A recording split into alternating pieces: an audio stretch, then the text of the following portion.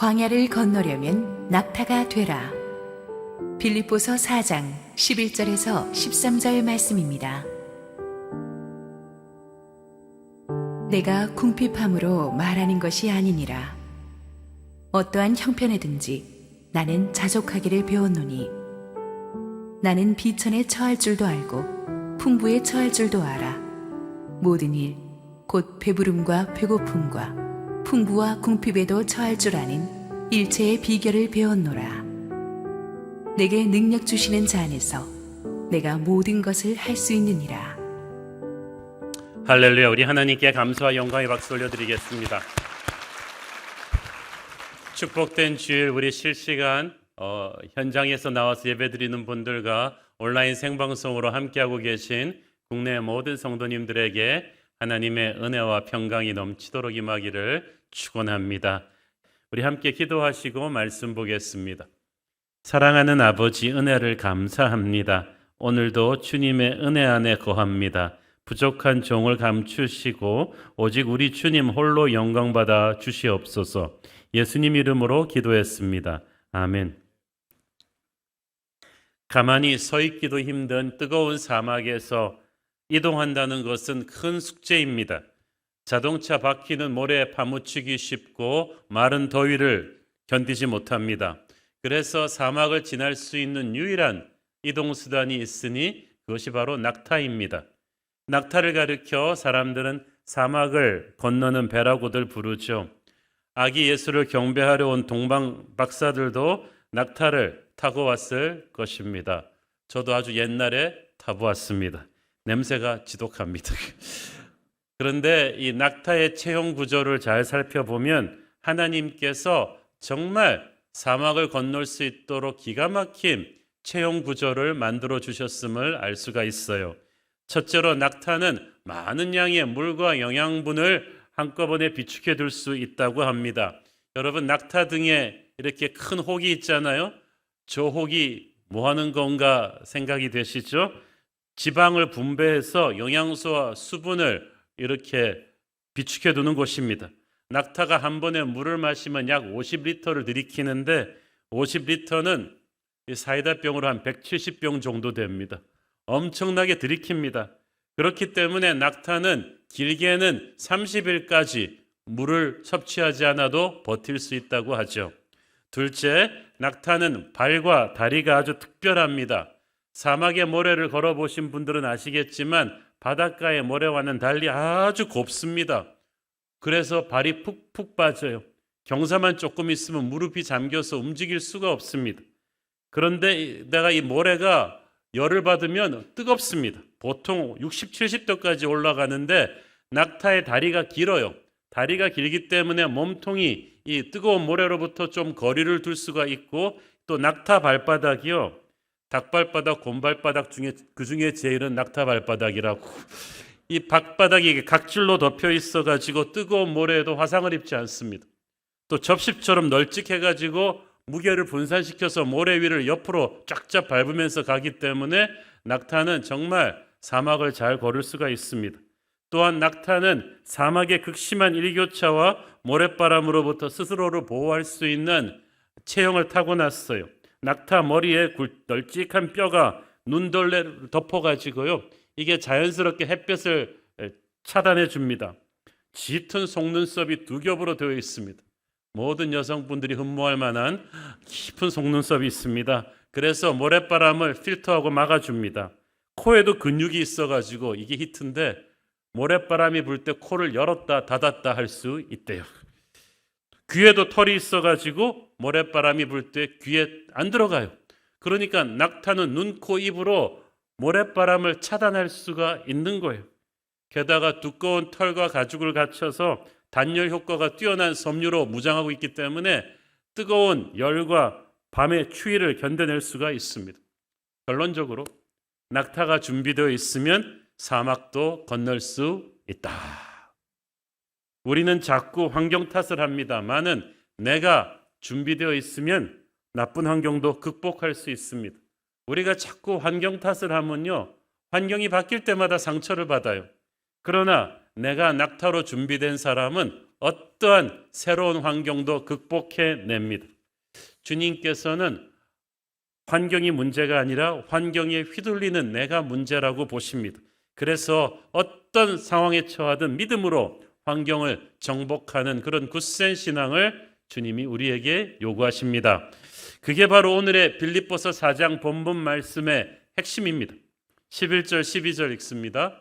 내가 궁핍함으로 말하는 것이 아니니라 어떠한 형편에든지 나는 자족하기를 배웠노니 나는 비천에 처할 줄도 알고 풍부에 처할 줄도 알아 모든 일 곧 배부름과 배고픔과 풍부와 궁핍에도 처할 줄 아는 일체의 비결을 배웠노라. 바울은 정말 이 이슈를 이야기할 수 있는 사람이에요. 왜냐하면 인생의 극과 극을 다 왔다 갔다 해보았거든요. 첫째, 그는 금수저로 태어났어요. 아주 국제도시 다소의 유명한 부자 상인의 아들로 태어나서 먹고 사는 거 걱정 없이 잘 자라서 특급 교육을 받았습니다. 특급 헬라 교육, 특급 히브리 교육을 받아서 히브리 최고의 학자 가말리엘의 수제자가 되었습니다. 그런데 이분이 예수님을 믿고 나서는 또 인생이 또 힘들어졌어요. 로마 제국 전역을 다니면서 복음을 전하고 교회를 세울 때 툭하면 굶고 매맞고 감옥에 갇히고 배가 파손당하는 고생을 수도 없이 겪었습니다. 그래서 생활비가 없어서 지역 교회들의 선교 헌금으로 간신히 버텨보기도 하고 그물 깁는 일을 하면서 이중직을 하면서 목회 일을 감당하기도 했습니다. 그래서 이 바울은 인생이란 풍요와 비참함의 시즌이 밀물썰물처럼 들어갔다 나갔다 하는 것임을 우리에게 이야기해 줍니다. 그래서 우리가 어려울 때 믿음 유지하는 것도 힘들지만 또 풍요로울 때 타락하지 않고 믿음 지키는 게 힘들다는 걸 알고 있어요. 그래서 일체의 비결을 배웠다고 돼 있죠. 타고나는 게 아니라 이건 부딪혀서 습득하는 것입니다. 우리도 오늘 바울에게서 또 성경에서 풍요의 시즌과 이 비천함의 시즌을 어떻게 잘 헤쳐나갈 수 있는지, 영적인 낙타가 되는 것이 어떤 것인지를 오늘 좀 배우고자 합니다. 먼저 바울은 내가 비천에 처할 줄을 안다고 했어요. 비천한 시즌이란 무엇입니까? 쉽게 말해서 내 인생이 망했을 때죠. 부부간의 문제가 위기에 봉착했을 때, 자식이 위기에 봉착했을 때, 경제적으로 캄캄해졌을 때, 직장을 잃었을 때, 좌천되었을 때, 건강이 나빠졌을 때 어떻게 합니까? 이 비천함의 시즌에 많은 사람들이 낙담합니다. 스트레스를 받습니다. 잠 못 이루며 일을 갑니다. 불평과 원망으로 가득 차서 살아갑니다. 문제를 회피해서 도망치는 사람도 있습니다. 그러나 이렇게 힘든 때일수록 도망가지 말고 우리는 오히려 담대히 문제를 직면해야 합니다. 이 낙타가 말이죠. 강렬한 태양을 피하지 않고 오히려 태양 쪽으로 머리를 향한다고 합니다. 그렇게 하면 몸에 머리 그림자가 생겨서 더위를 견딜 수 있다는 거야. 여러분, 우리가 더울 때는 반바지 입지 않습니까? 그런데 희한하게 사막에서 사는 베두인 족속을 보시면 혹시 반팔이나 반바지 입은 베두인 족속 본 적 있습니까? 펑크가 아니고서는 그런 사람 거의 없어. 베두인 족속은 머리를 온통 가리는 두건을 쓰고 온몸을 가리는 이 옷을 입습니다. 그렇게 하면 더울 것 같은데 오히려 태양빛을 가려서 그림자가 생겨서 더 시원하다는 거예요. 낙타도 그래서 서 있을 때 태양을 피하지 않고 바라봅니다. 아까 말씀드린 대로 눈과 눈썹에서 햇빛을 차단해주고 모래바람을 차단해주기 때문에 가능하겠죠. 여기서 배우는 것은 문제를 피하지 말고 직면하라. 전공법으로 돌파해라. 시험이 두려우면 도망가지 말고 공부해버리고 어두움이 두려우면 불을 켜버리라는 거죠. 죽음이 두려우면 예수님을 믿어버리시고 문제는 두려워서 도망하는 자에게 더 무섭게 달려듭니다. 절대 문제에 등을 보이면 안 됩니다. 정면으로 맞서라. 너희는 맞설 능력이 있다고 하나님 말씀하세요. 둘째, 이 상황 속에서 내가 할 수 있는 몸부림을 쳐야 돼요. 내가 할 수 있는 노력을 해야 됩니다. 이 비천함의 시즌은 나의 정상적인 루트가 막힌 거예요. 정상적인 방법인 길이 없어요. 그러나 모든 길이 다 막힌 것은 아니죠. 성경은 하나님은 우리가 시험 당할 때도 피할 길을 내시는 분이라고 했습니다. 어렵지만 길이 없는 건 아닙니다. 사방이 막히면 하늘길이 있습니다. 그러므로 우리가 몸부림치며 노력해야 되는데 다만 지금까지와 같은 방법으로는 안 돼요. 새로운 돌파구를 찾아서 패러다임 전환을, 하늘의 지혜를 구해야만 합니다. 예를 들어서 오늘 읽은 빌립보서가 바울의 옥중서신이거든요. 옥중서신은 문자 그대로 감옥에서 쓴 편지예요. 바울이요, 타고난 행동파예요. 아침에 딱 눈 뜨고 일어나면 부지런히 뛰는 사람입니다. 그런 성격이니까 그 로마 제국을 2번, 3번 돌아다니면서 도시마다 교회를 세우고 제자 훈련을 시키고 전도하고 병든 자를 일으키는 사역을 정말 하루를 25시간으로 살았던 행동파예요. 그런데 그런 사람이 갑자기 그냥 감옥에 덩 갇혀서 아무것도 못하는 거. 답답해서 못 견뎠을 것 같아요. 우리 생각에는. 막 감옥문을 치면서 야야 탈옥하자. 나 못 견디겠다. 이런 것이 아니고 바울은 그래? 내 정상적인 사역을 못한단 말이지? 그럼 내가 감옥에서 할 수 있는 게 뭐지? 생각해 보니까 자기가 글을 쓸 수 있어요.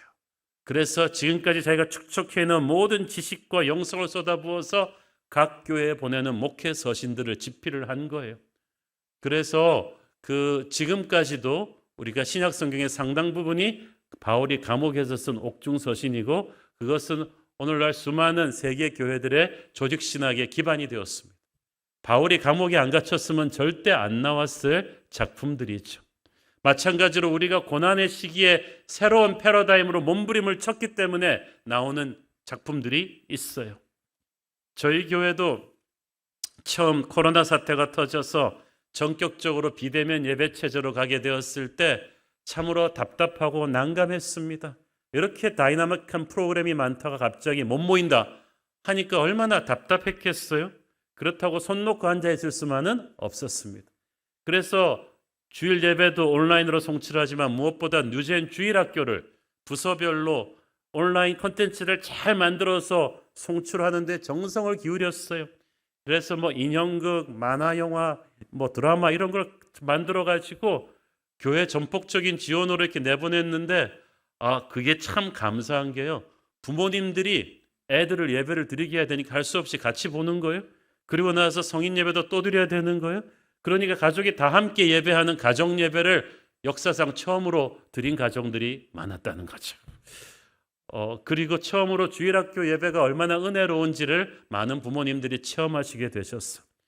오프라인으로 모여서 했던 부모학교 패밀리 임팩트도 이제 온라인으로 우리가 좀 더 주제를 다양하게 만들어서 매주 저녁에 송출을 했는데 그게 부모님들뿐 아니라 청년이나 다른 어른들도 굉장히 많이 보시게 되는 이 시대의 트렌드를 읽는 새로운 교회 콘텐츠가 되었습니다. 우리가 만드는 온라인 주일학교 콘텐츠를 중국 지하교회 주일학교들이 또 많이 보게 되었어요. 얼마나 감사한지 몰라요. 또 코로나로 인해서 선교사님들이 많이 한국에 들어와서 발이 묶이셨는데 이분들에게 바울의 옥중서신 쓰듯이 우리 CES를 각 나라 언어로 또 번역하게 맡겨드렸더니 또 얼마나 아름다운 열매가 있었는지 모릅니다. 지금은 이 온라인 시대를 맞아서 이 메타버스 안으로 어떻게 교회가 들어갈 수 있는가를 고민하고 또 연구하고 있어요. 하나님께서는 이 어려운 시즌에도 우리가 새로운 패러다임으로 움직일 수 있도록 많은 기회를 열어주셨습니다. 오늘의 본문 13절을 보세요. 내게 능력 주시는 자 안에서 내가 모든 것을 할 수 있느니라. 여기서 중요한 것은 모든 것을 나는 할 수 있다와 내게 능력 주시는 자 안에서의 결합입니다. 하나님의 능력은 아무 일 안 하고 빈둥빈둥 절망하고 놀고 있는 자에게 오는 게 아닙니다. 문제와 직면하면서 도망가지 않고 맞서 싸우며 열심히 하나님의 새로운 뜻을 찾아 땀 흘리는 그 사람에게 하나님의 기름 부으심이 임하는 것입니다. 하늘은 스스로 돕는 자를 돕는다는 말이 그런 말이에요. 우리가 상황을 회피하거나 절망하고 도망가고 맞서 싸우려 하지 않는다면 어찌 하나님의 도움을 기대하겠습니까? 하나님께서 특별한 능력을, 초자연적인 능력을 부어주시는 때는 우리가 할 수 있는 최선을 다하고 기진에서 쓰러졌을 때 그때 임하는 것입니다. 그리스도께서는 우리의 능력이 충분치 않을 때 개입하시는데 일단 움직이기는 우리가 움직여야죠. 그걸 체험으로 하는 하나님의 사람들은 믿음을 가지고 담대하게 움직입니다. 그러면 내게 능력 주시는 그분의 능력이 그때 오는 거예요. 여러분, 위기의 때는 기회의 때입니다. 예를 들어서 우리가 오늘날 누리고 있는 많은 문명의 이기들이 전쟁 때 만들어진 거 아세요? 필요는 발명의 어머니다라는 말이 전쟁 때처럼 리얼했던 때는 없습니다. 여러분, 선글라스 처음 어떻게 발명됐는지 아십니까? 1차 대전 때 비행기가 처음으로 전투기가 되었잖아요. 그때 창공에 높이 올라간 파일럿들이 너무 눈부셔서 싸울 수가 없으니까 그분들 쓰라고 검은 안경 만들어준 게 선글라스의 원조였어. 통조림을 나폴레옹이 개발한 거 아십니까? 모르셨죠? 나폴레옹 때 처음으로 작은 용병에서 거대한 시민군 제도가 됐는데 이 많은 병사들을 먹이고 입히는 게 큰 일이었어요. 그래서 음식이 상하지 않게 먹이기 위해서 통조림에다가 생선을 넣고 이렇게 딱 봉합을 한 것이 바로 통조림의 시초였어. 앞으로 통조림 딸 때마다 나폴레옹을 생각하십시오. 컴퓨터가 어떻게 만들어졌나요? 2차 대전 때 독일군에게 에니그마라는 아주 무서운 암호 체계를 영국 정보부가 어떻게 하면 깰 수 있을까? 연구에 연구를 거듭한 끝에 만든 기계가 바로 오늘날 컴퓨터의 원조예요. 인터넷, GPS, 드론 전부 다 전쟁 때 개발된 거예요. 왜 전쟁 때 이렇게 획기적인 패러다임을 전환하는 물건들이 개발이 많이 될까요? 전쟁 때 연구할 땐 전부 다 목숨 걸고 하거든요. 시간도 없고 돈도 부족하고 나라에 존망이 걸려있기 때문에 다들 죽자 사자 하다 보니까 없던 머리가 팍팍 돌아가면서 얼마나 하나님이 그 새로운 브레이크스루를 주시는지 몰라요. 고난은 새로운 삶을 창조하기 위한 동력입니다. 이걸 믿고 우리가 현재 처한 어려움은 그래 새로운 기회가 될 것이다 라고 믿고 여러분 기도하면서 몸부림쳐 보길 바랍니다. 또 어려운 시즌을 이겨내는 방법은 좋은 믿음의 태도를 실천하는 것입니다.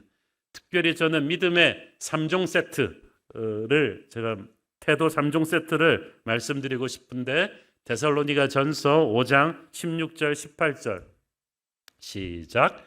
항상 기뻐하라. 쉬지 말고 기도하라. 범사에 감사하라. 이것이 그리스도 예수 안에서 너희를 향하신 하나님의 뜻이니라. 항상 기뻐하고 쉬지 말고 기도하고 범사에 감사하고 이 세 말씀이 전부 다 명령어로 되어 있다는 게 중요합니다. 그 말은 가만두면 안 한다는 뜻이죠. 하나님이 명령하고 푸시하지 않으면 안 할 만큼 힘들어요. 우리가 가만둬도 하는 건 하나님이 명령 안 하시죠. 뭐 밥 많이 먹어라, 놀고 먹어라, 뭐 이런 말은 하나님이 안 하시잖아요. 그러나 항상 기뻐하고 쉬지 말고 기도하고 범사에 감사하고 특히 어렵고 힘든 시즌에 이렇게 하는 건 정말 어렵습니다. 세상 사람 그 누구도 이렇게 하는 사람 없어요. 역류하는 거예요. 그렇기 때문에 하늘의 능력이 필요해요. 믿음이 있어야 이렇게 할 수 있어요. 믿음이 있어야 항상 기뻐할 수 있죠. 믿음이 없이 나쁜 일이 생겼는데 기뻐하면 이상한 사람이잖아요. 근데 믿음이 있으니까 지금 이게 나쁜 일 같지만 이 상황 속에도 하나님의 섭리가 있다고 믿는 거잖아요. 하나님의 선하심을 믿으니까, 하나님의 능력을 믿으니까 세상 사람들은 모든 상황이 흙탕물이라고 하지만 믿음의 눈으로 보니까 흙탕물 속에 숨겨진 진주가 있다고 보는 거예요. 그래서 우리는 상황은 어렵지만 기뻐하기로 결단합니다. 또 이때 쉬지 말고 기도하라고 합니다. 열심히 기도하라 그러지 않고 쉬지 말고 기도하라. 기도의 흐름을 끊지 마라. 때로는 기분이 안 받쳐줄 때도 있고 기도가 잘 안 나올 때도 있지만 상관없다. 이 기도의 흐름을 끊지 말라는 거예요. 왜냐하면 기도의 흐름을 끊으면 근심 걱정이 몰려와요. 여러분, 기도 안 하는 시간에 우리는 100% 걱정합니다. 그러므로 여러분, 하루에 기도할 시간이 없다 그러지 마세요. 걱정하는 모든 시간만 기도하면 하루에 몇 시간씩 기도할 수 있어요. 그렇죠? 어차피 근심 걱정할 바에야 계속해서 기도의 흐름을 끊지 않고 계속하는 거예요. 충분한 시간을 광야니까 기도에 드릴 수가 있습니다. 왜냐하면 시간이 많아요. 광야에서도. 도시 사람은 바빠요. 그런데 광야에 들어가면은 안 바빠요. 제가 아는 분이 유명한 정치인이신데 억울한 프레임을 쓰고 이제 감옥에 들어가시게 됐어요. 시간이 많아져서 어쩔 줄은 모르겠더래. 이분이 보통 저녁 약속을 3번씩 잡는 분입니다. 6시에 먹고 8시에 먹고 10시에 먹고. 그렇게 바쁘게 다니던 분이 갑자기 감옥에 가니까 술, 담배도 못하죠. 소식으로 먹어야죠. 하루에 보는 사람은 간수장밖에 없죠. 그러니까 독방에 있으니까 시간 많더라는 거예요. 많은 시간이 생겨서 기도하게 되었대요. 그래서 기도의 용사가 된 거예요.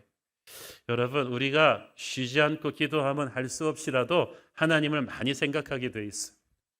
모든 문제도 하나님을 생각하면서 보면은 문제가 그렇게 옛날처럼 크게 다가오진 않아요.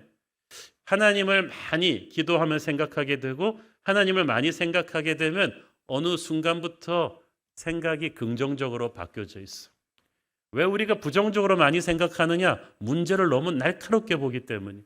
근데 문제를 부인하는 게 아니라 기도를 하면 어쩔 수 없이 하나님을 많이 생각하게 되고 그러면 생각이 긍정적이 되고 생각이 긍정적이 되면 말이 긍정적이 되고 태도가 긍정적이 되고 하나님께서 역사하실 영적 토양이 준비가 됩니다. 셋째로 범사에 감사합니다. 안 좋은 일이 생겼을 때 감사하는 것 참으로 어려워요. 자, 여기서 중요한 것은 감사를 생각만 하지 말고 입으로 표현하는 거예요. 제가 몇 번 말씀드렸죠. 우리는 입술의 열매를 먹게 된다. 그래서 너희가 마음으로부터 믿고 입술로 시인해서 선포해서 구원에 이른다고 했어요. 우리가 이렇게 할 수 있는 것은 감사가 이 어둠의 시기를 뚫고 나갈 수 있는 열쇠이기 때문이에요.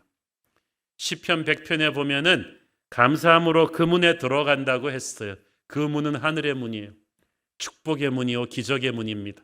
하늘 문이 열리면 지옥 문이 닫힙니다. 하늘 문이 열리면 천사가 나오고 마귀가 물러가게 되죠. 그래서 제일 중요한 키는 하늘 문을 여는 거예요. 지금 여러분이 처한 상황이 아무리 복잡하고 힘들어도 그건 중요하지 않아요. 하늘 문이 열리느냐 안 열리냐. 그런데 하늘 문을 여는 유일한 암호는 감사예요. 불평도 아니에요. 원망도 아니에요. 데모하는 거 아니에요. 감사해야 돼요. 지난번에 오아시스 설교할 때 제가 말씀드렸죠. 그 부엘의 우물을 어떻게 터뜨렸는가. 지도자들부터 모든 백성들이 나와서 감사와 찬양을 했을 때 우물이 터졌잖아요. 감사는 아직 이루어지지 않는 미래의 축복을 끌어오는 것입니다. 그러므로 여러분이 감사를 생각만 하지 말고 입술로 계속해서 말해야 돼요. 영국의 위대한 설교자였던 스펄전 목사님은 이렇게 말했습니다. 하나님께서는 촛불에 감사하는 자에게 등불을 주시고 등불에 감사하는 자에게 달빛을 주시고 달빛에 감사하는 자에게 햇빛을 주시고 햇빛에 감사하는 자에게 천국의 광명을 주신다. 할렐루야. 그 뭔 말이죠? 감사하는 자는 갈수록 인생이 업그레이드 될 것이다.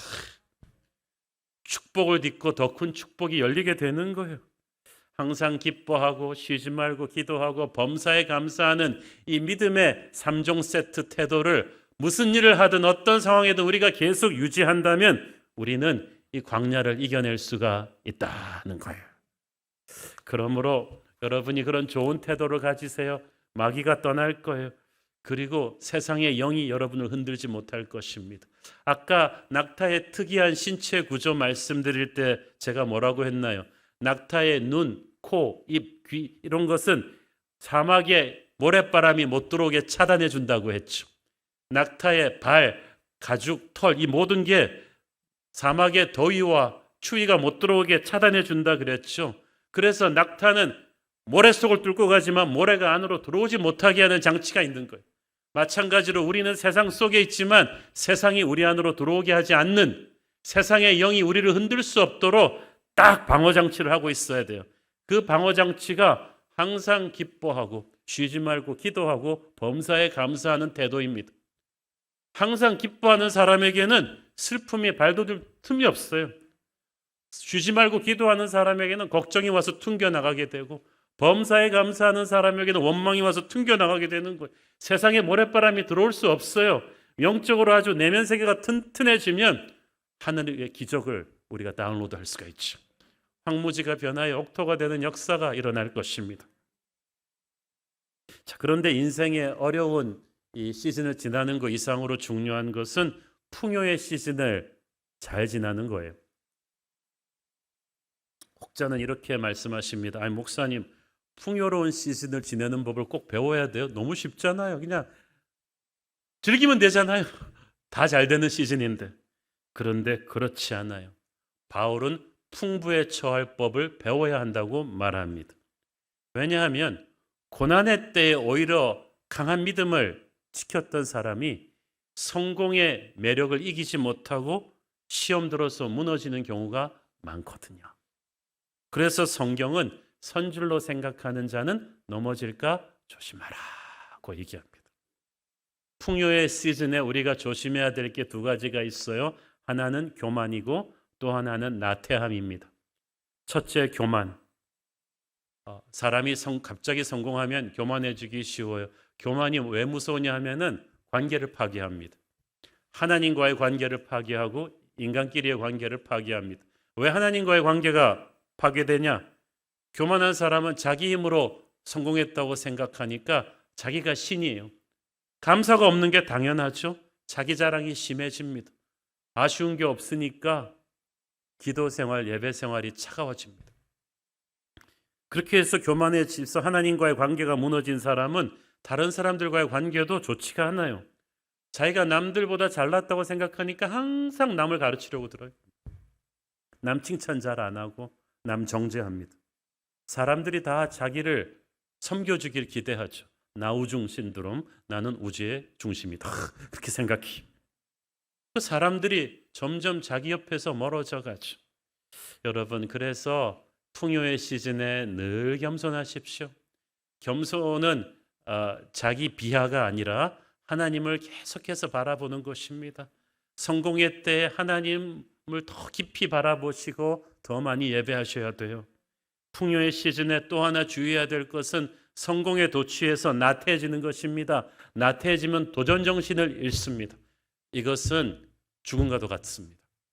오래전에 미국 플로리다 주의 한 해변에서 수많은 갈매기떼가 떼죽음을 당했습니다.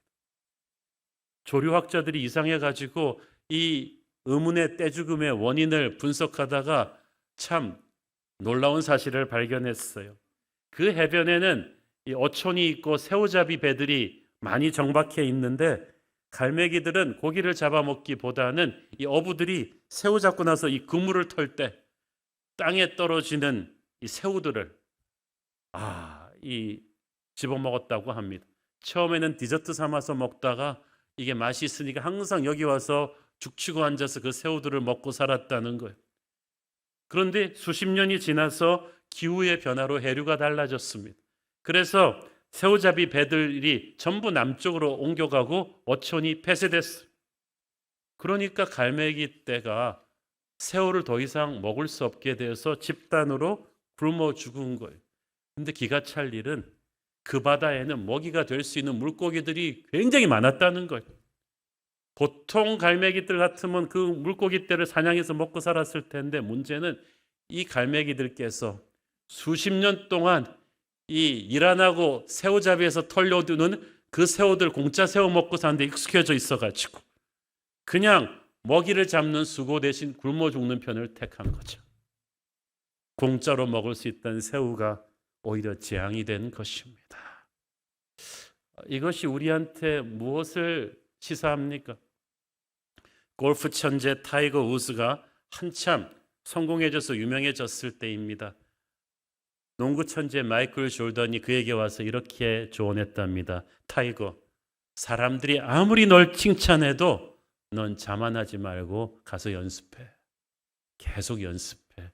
그 누구보다 열심히 연습해. 그게 그 타이거 우즈의 가슴에 깊이 새겨져서 PGA에서 가장 열심히 연습하는 선수가 되었다고 하죠. 여러분, 성공에 도취되어서 나태해지면 큰일 납니다. 깨어서 계속해서 노력해야 돼요. 초심을 유지해야만 됩니다. 저는 작은 숫자의 창립 멤버들과 함께 12년 전 처음 새로운 교회를 개척했을 때 그 초심을 변함없이 유지하기 위해서 스스로 몸부림을 많이 칩니다. 제가 항상 초심을 유지할 수 있는 자리는 저기 강단 앞에서 기도하는 자리예요. 12년 전이나 지금이나 똑같은 스팟이에요. 거기에 무릎 꿇고 땅에 머리를 대고 기도하면서 하나님께서 주셨던 은혜를 생각합니다.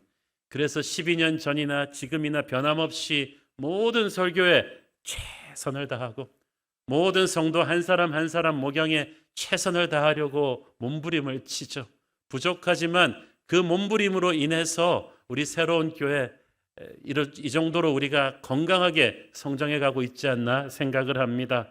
우리 많은 새로운 교회 교역자님들, 순장님들이 같은 마음으로 임해주고 계셔서 정말 감사합니다. 셋째로, 풍요의 시즌에 약한 자를 격려하고 섬겨야 돼요. 얼마 전에 막을 내린 2022 베이징 동계올림픽에서 제가 참 감동적인 장면을 하나 보았습니다.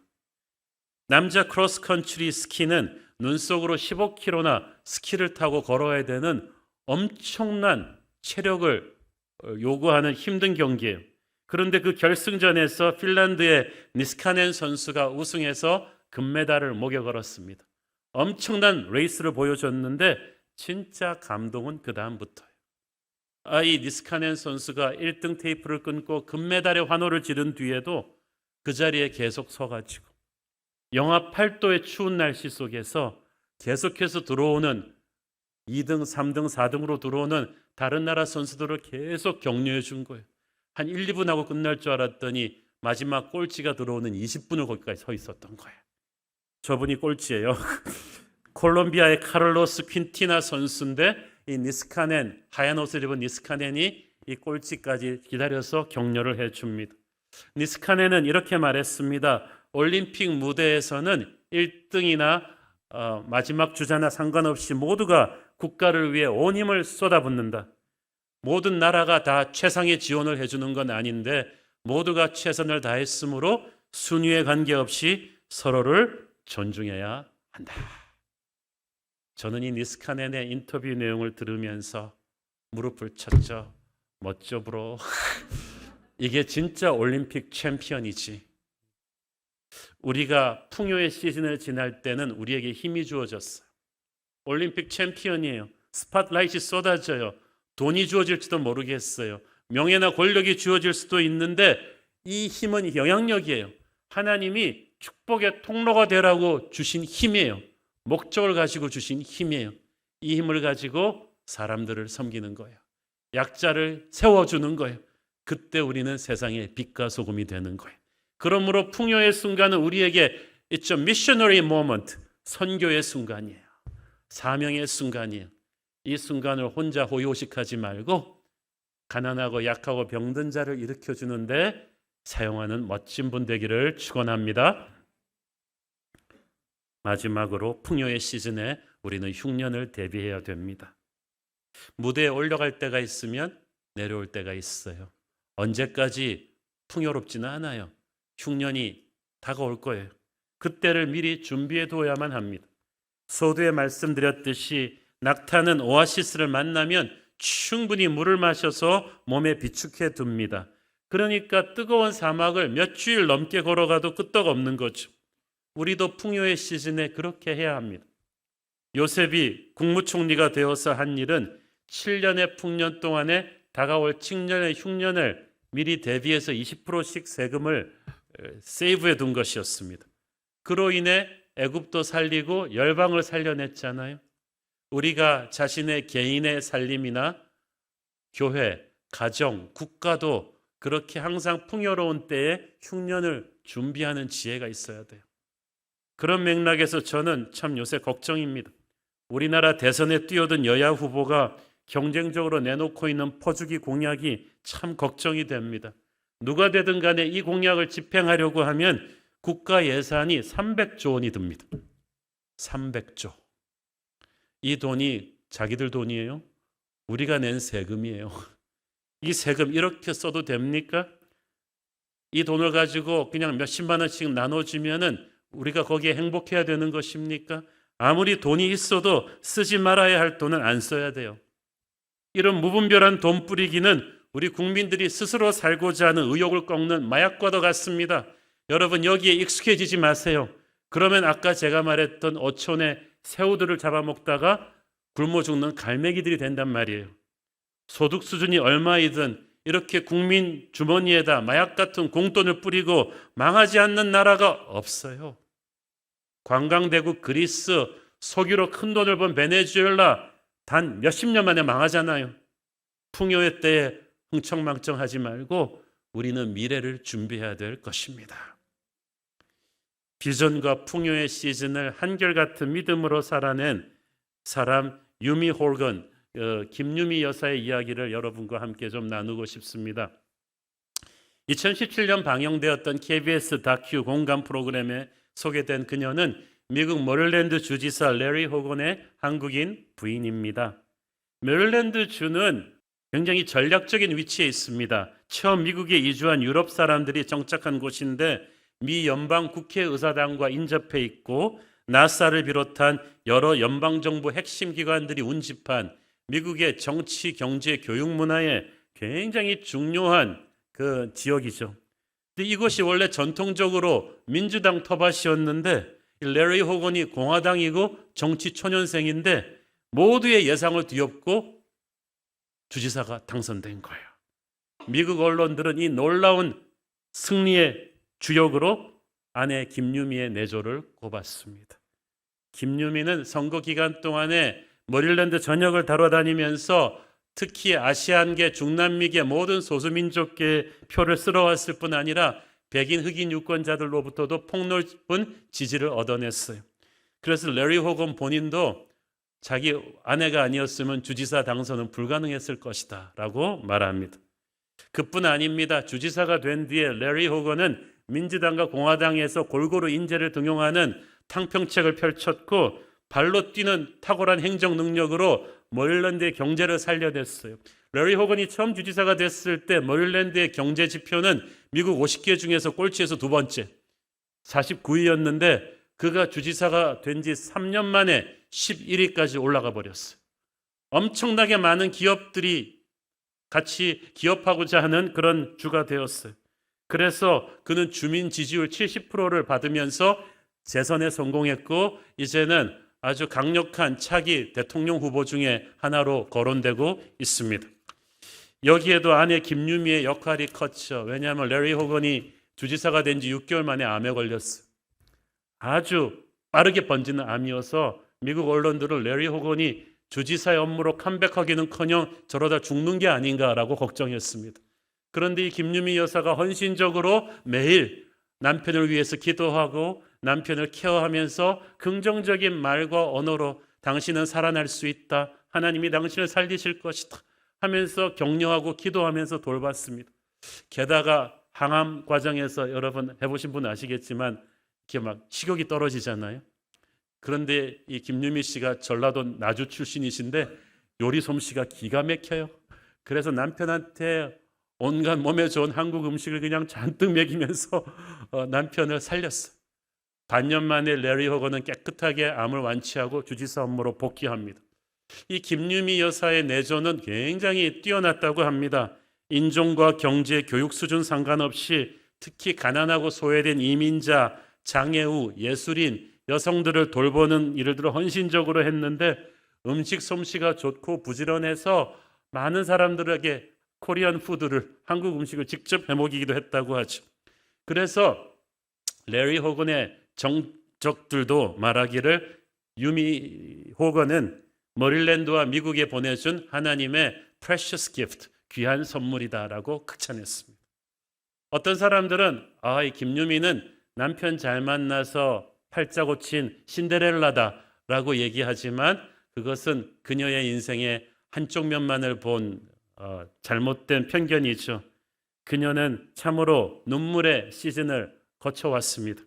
20살의 나이로 미국으로 이민 간 김유미 씨는 레리 호건과 결혼하기 전에 첫 번째 결혼에서 실패해서 딸 셋을 데리고 홀로 키워야 되는 싱글 맘이었습니다.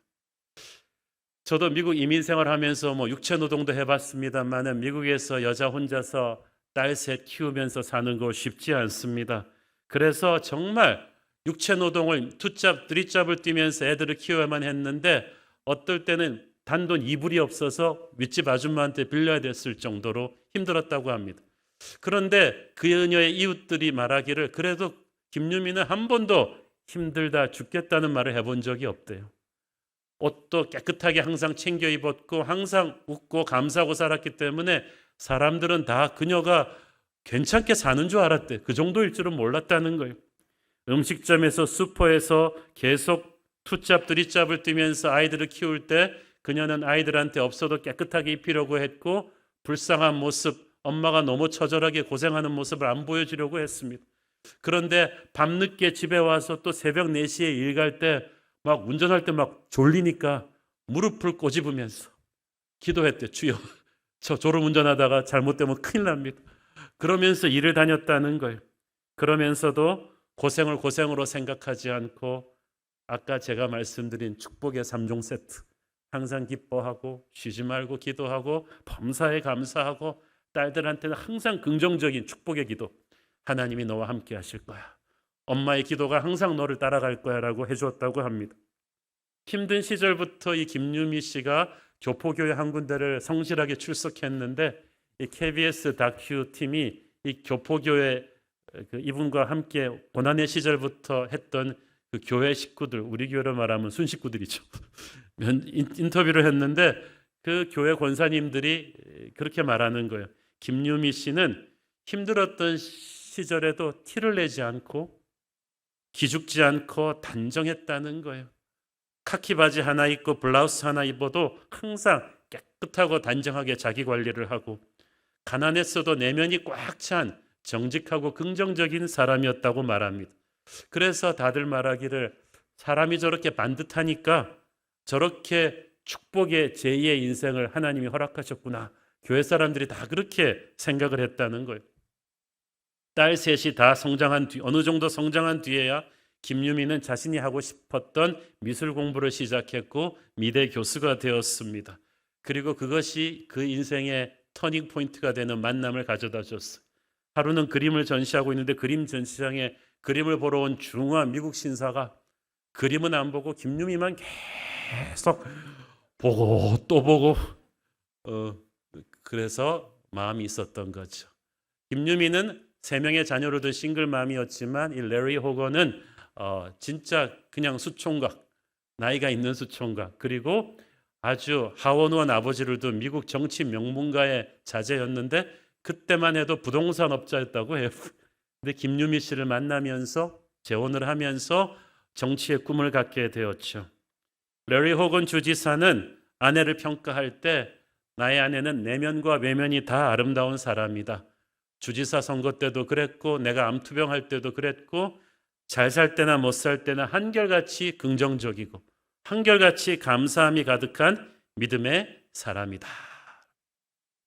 저는 이 다큐를 보면서 참 오늘 제가 설교하고자 하는 내용이 다 담긴 낙타 같은 인물이구나.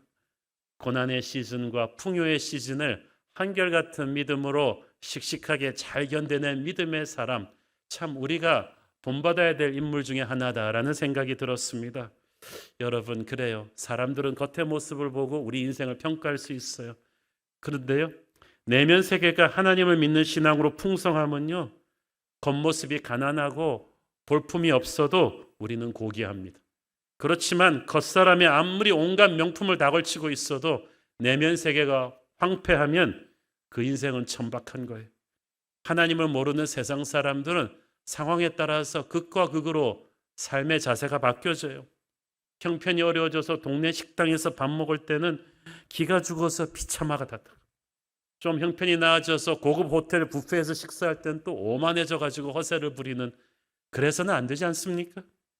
하나님을 믿는 사람은 환경이 어떻게 되든 변함없이 의연하고 침착하죠. 기쁨이 가득하죠. 여러분, 그렇게 사십시오. 여러분의 형편이 어려워져서 동네 설렁탕집에서 국밥 먹을 때도 감사하고 당당하게 드시고, 좀 잘 살게 되어서 호텔에서 밥 먹을 때도 남 무시하지 말고 겸손하게 드세요. 고난 가운데도 은혜가 있음을 알고 감사하시고, 풍요로울 때도 위기가 있다는 것을 알고, 여러분도 한때 가난했었다는 걸 기억하고 조심하십시오. 잘 나가는 사람들 앞에서 비굴하지 않으며 가난하고 약한 자들 앞에서 무례하지 않은 그런 예수님을 닮은 빛과 소금으로 우리는 살아야 할 것입니다. 여러분, 우리 인생을 살면서 때로는 비바람이 치는 고난의 시즌을 지날 때도 있을 것이고, 때로는 풍요롭고 축복의 시즌을 지날 때도 있을 텐데, 잘 될 때 오만하지 말고 어려울 때 기죽지 맙시다. 항상 기뻐하고 쉬지 말고 기도하고 범사에 감사하면서 함께 걸어가는 공동체가 바로 교회입니다. 우리 성도들이 그런 사람들이잖아요. 우리 CCM 찬양처럼 우리는 무명하나 유명한 자요, 죽음의 위기 속에서도 참 생명을 가진 이들입니다. 우리는 근심하나 기뻐하고 가난하지만 다른 일을 부욕해 하는 사람들, 세상이 감당치 못하는 사람들, 사막을 가로지르는 낙타와 같은 사람들, 바로 그 사람들이 저와 여러분인 줄 믿습니다. 기도하겠습니다.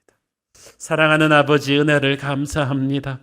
우리가 힘들고 어려운 시즌도 지나고 잘 되는 성공의 시즌도 지날 텐데, 힘들 때 낙담하지 말고 잘 될 때 교만하지 않은 낙타와 같은 믿음으로 의연하게 승리하게 하옵소서.